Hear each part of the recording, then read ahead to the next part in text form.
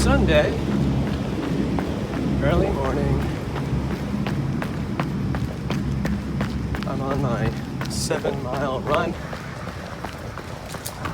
Squirrel. What's up? That goes over to the highway where I go. So I'm gonna travel very careful. Very, very carefully. Okay. Very safe. We have a baseball field. We have 2 of them. There's supposed to be an event on March 14th. Apparently, a pandemic hit. It's like the world was put on pause. Anything that had to do with people gathering together. Hey! Remember this place? I remember it. This coming November, I am planning to run the Queen's Marathon. Now, obviously that's not set in stone because we have a pandemic. And it's still not going away. We got 9, 10, 11. So it's 3 months until the rescheduled Queen's Marathon. So the date of the Queen's Marathon originally was in March. That's when the pandemic hit. And that was like, for some time, we didn't know whether or not the Queen's Marathon in March was going to continue. But it became clear, they were planning to have like people be socially distanced and have hand sanitizer and start in waves. But that, even with that, it was too much of a risk to have the Queen's Marathon or any marathon. Everything was either canceled or rescheduled. Most were rescheduled. And over here to this nice little path, Charles River, and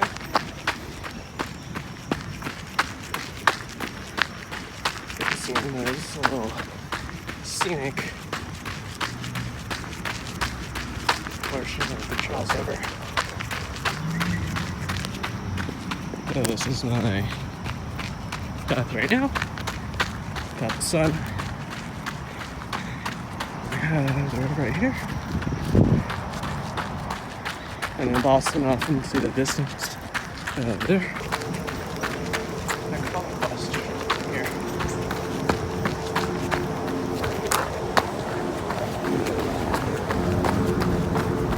So, alright, so 3.5. We're going to finish it off at 3.5. And we're great. 3.5 plus 3.5. 7 miles. I'm working right now towards building a following on social media.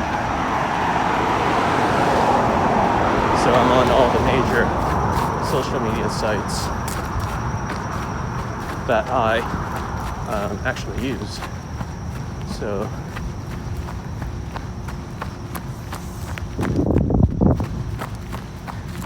yeah. So we have, in order of most importance to me, would be Facebook, Twitter, Instagram, TikTok, and then Strava. Why? Well, Facebook is where I started back in 7th grade on social media. I don't know what the minimum age was at that time, but I was 14 or 13. I'm sure I was 13.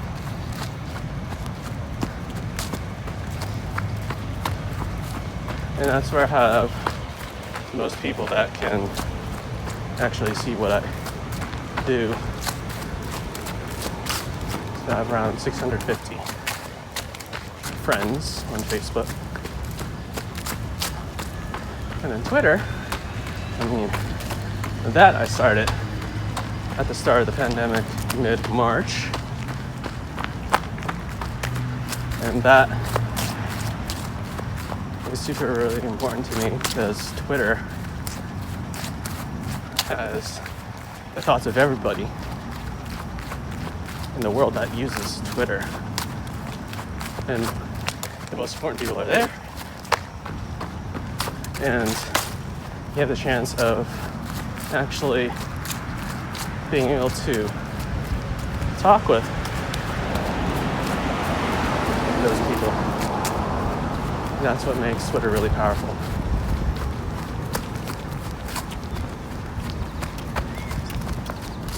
And number 3, Instagram. I get a lot of love on Instagram because it's mostly where all my friends frequent, usually.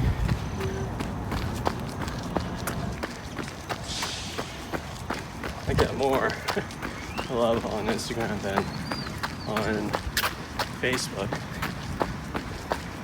But Instagram is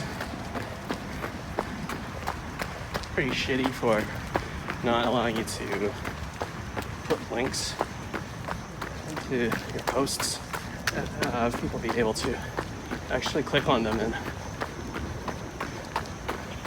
be able to see what you've done in that thing that you shared. But you can share your photos and you can share your videos, and that's the place where you want to be for those two types of media. And then we have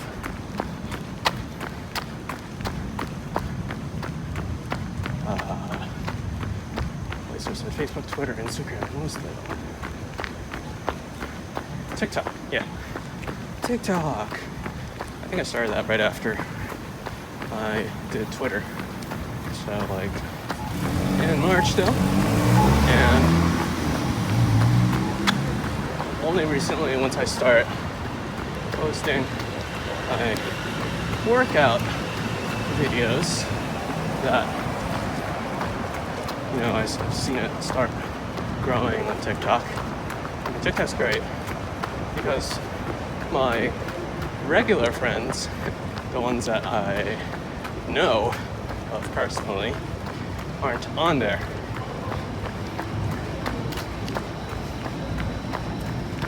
And with that community, like I could actually, if I build a community there, it's gonna be really nice. If I could build it to like 500, I'd be super happy. But TikTok, good for short videos, and they really like hit it on the nail with using music.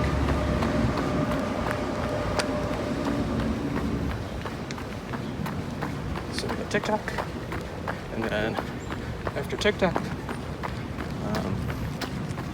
have Strava, which I use to keep track of my runs on social media.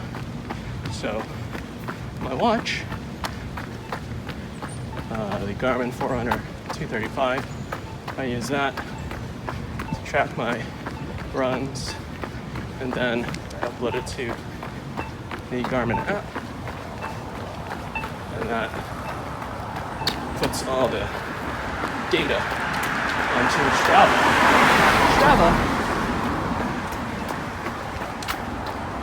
And then, because a lot of people are on Strava, that's where you have the social media aspect. People can give you kudos, sure, the equivalent like likes, and comment, do whatever, you can follow you.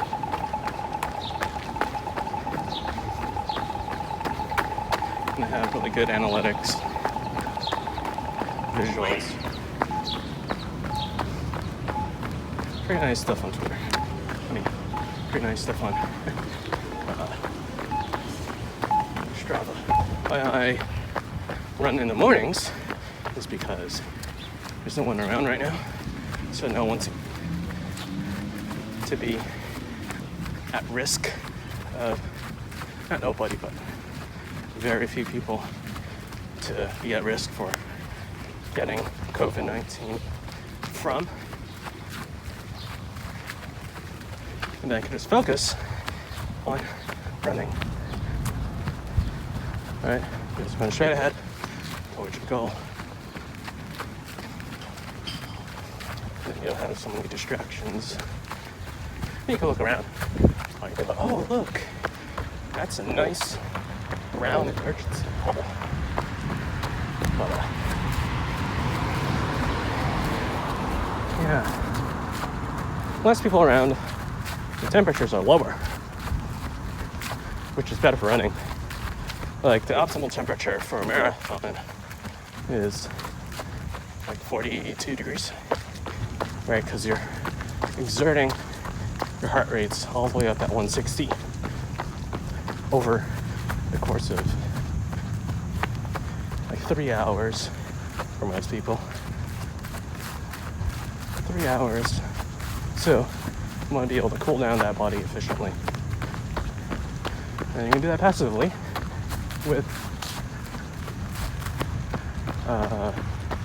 just low temperatures.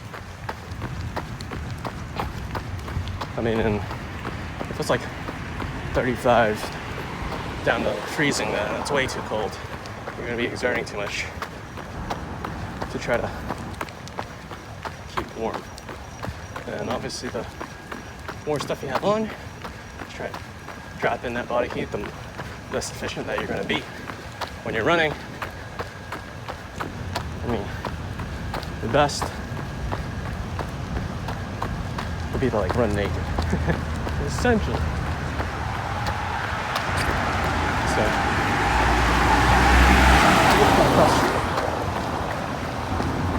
across the street.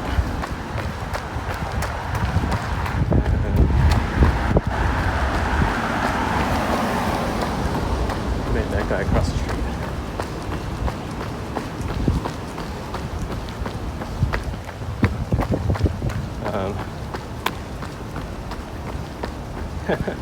Yeah, so run naked, and you won't have anything to be weighing you down. But boys, I'm too sure girls also.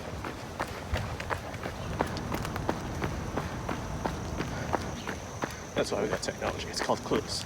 But yeah, we were talking about how we want to build a following on social media. I mean, right now that seems like the most appropriate thing to do, especially right now when we're in a pandemic. We're all stuck at home. Just go like full throttle on that and try to, improve what I put out with the videos.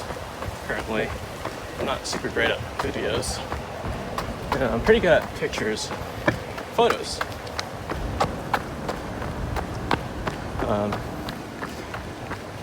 Definitely after like the pandemic's over, like I want to be collaborating, that's the word, with other people and doing things with them and having fun, which obviously right now we can't do, because the point of slowing down the spread of COVID-19 is to stay at home and helping people outside immediate family.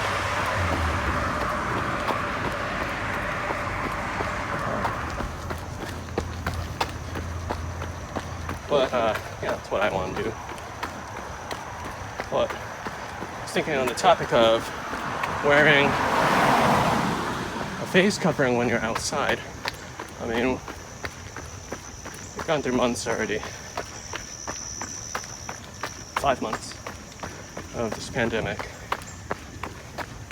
And what we've pretty much settled on is you need to wear a mask when you're around people and you can't socially distance, you can't move away from them.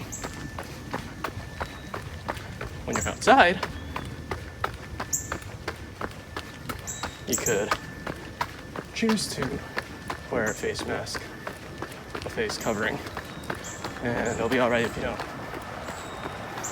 Because you're able to socially distance. But for people that don't want to socially distance, they're outside, and they're not. That doesn't do anything, that doesn't help. So,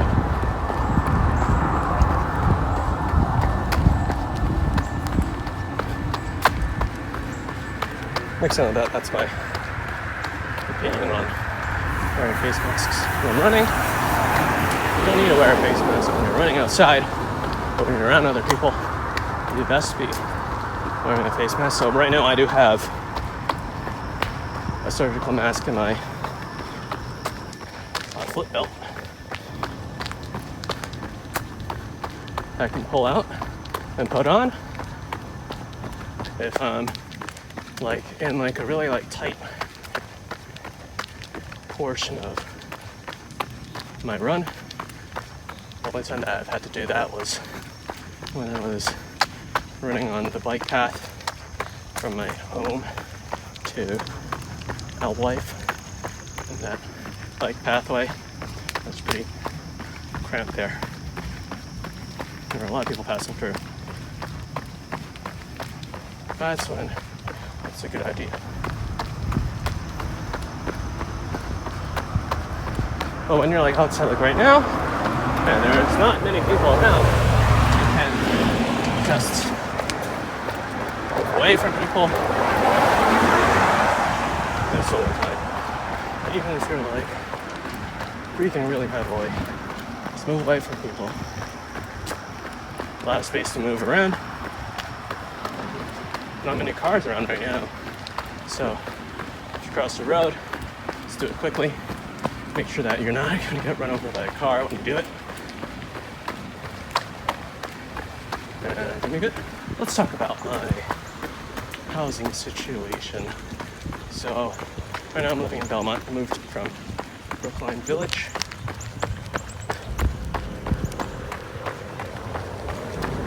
Brookline Village was my first apartment that I moved into when I moved out of my parents back in 2019 November. So I stayed there for about 8 months, 9 months, 1, 2, all that to, so 11, 12, 1, 2, 3, 4, 5, 6, 7, 9 months. Then I moved out. There were a lot of issues. A lot of issues.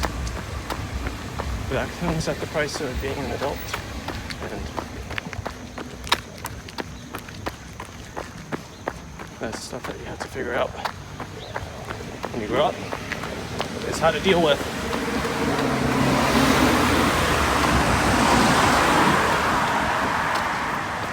Negative roommates. How to deal with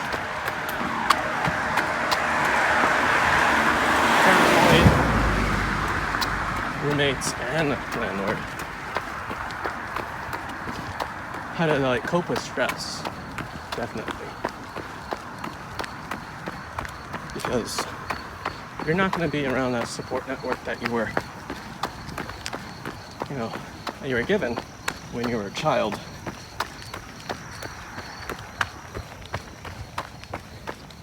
And that's what I learned when I was 24. 24 years of age, moved out. I learned all of that when I was 24. Now I'm 25, second apartment. I know how it feels like to be in a toxic environment. I've been in multiple environments, And I know how I should be treated and when to just stop when you find that you've done all that you can, and then move forward. And especially when you're dealing with people that are above your age. So like my roommates were above my age. Landlord definitely was above my age. I mean, there's like some young landlords out there, but this landlord was old. Roommates were old. So yeah, that comes with experience. Being able to deal with roommates, with landlord, be able to choose how you want to be treated. Right? You don't accept anything less than what you know that you should be treated. Why am I running a marathon? Good question. I'm running a marathon because I eventually want to have a sub 3-hour marathon with a goal of around like 2:53, 2 hours and 53 minutes marathon. And I want to obviously keep progressing and running marathons so that I get better at them. And as I'm training for them, I'll be able to figure out what I can handle and what I can't handle. And I've been through already injuries. A lot of it was from not eating well, not eating enough. I went from, like, at my lowest weight, I was like 113. Now, I'm at 131. That's like a 19-pound difference on a 5'6" frame. And that does a lot. Right? So right now, at 131, it's a lot heavier. So I need to be more cautious about how much stress I'm putting down. So I'm not going to be running super fast. I'm going to be running very consistently, and I'm going to focus on how to run for a more consistent, slower pace. And obviously, with that, increasing how fast I'm running because I'm running more miles. I also want to be running more miles per week. So the most I've ever run in a week was 35 in college. And that's when I got injured. And I was in pretty sure it was an 8-week span. Season ends in October. So 2.5 months. So that's 10 weeks of straight up boom, 4 miles on the first day.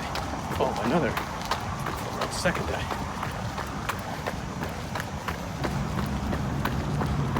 But I was eating pretty well. Supported with the food from the dining hall, and then when I was feeling up to it, cooking by myself. Right now I'm all cooking by myself, once a week after I go shopping, because I do all my shopping once a week with this pandemic. I want to be outside as little as possible. I mean, obviously with running, it doesn't follow exactly to that, but you take measures, right? Running in the mornings, we already discussed that. But going outside once a week.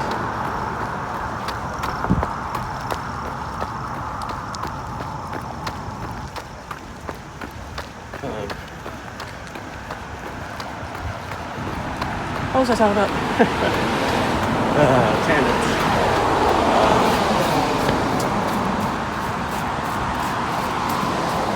Yeah, we were talking about how much I ran, how I got injured. Why marathon running? Yeah, so it's basically to run a Boston Marathon qualifying time, aiming for 2:53. Big aspiration. No, I can do it. But 2:53, and actually run that marathon and try to get as best as time as I can get on that course. And, yeah, that'll be the dream to qualify for the Boston Marathon and be able to run it. And that would make me so happy. Happy, happy, happy. 7.03 miles, my Garmin watch says. 34-hour recovery time. I don't think I'll be running tomorrow. So we ended up at pretty much 11-minute pace.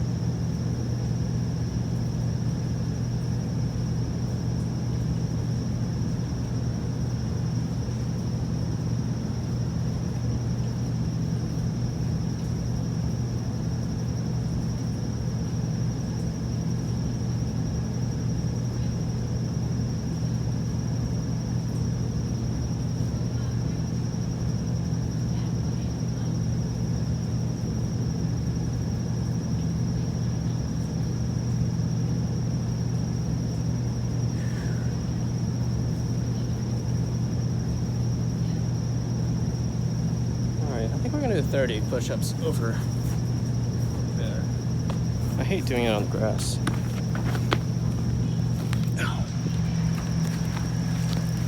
Alright, we're gonna make our way over to the parking lot and do some push-ups over here in the shade. So, push you over here.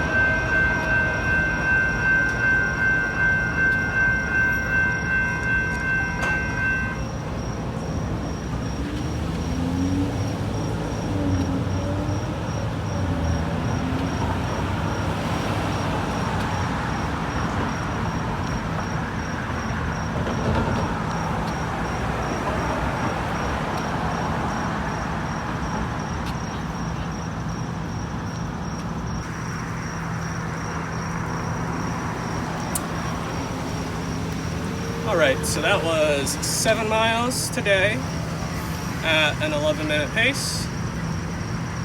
I would love some ice water, and I will see you later.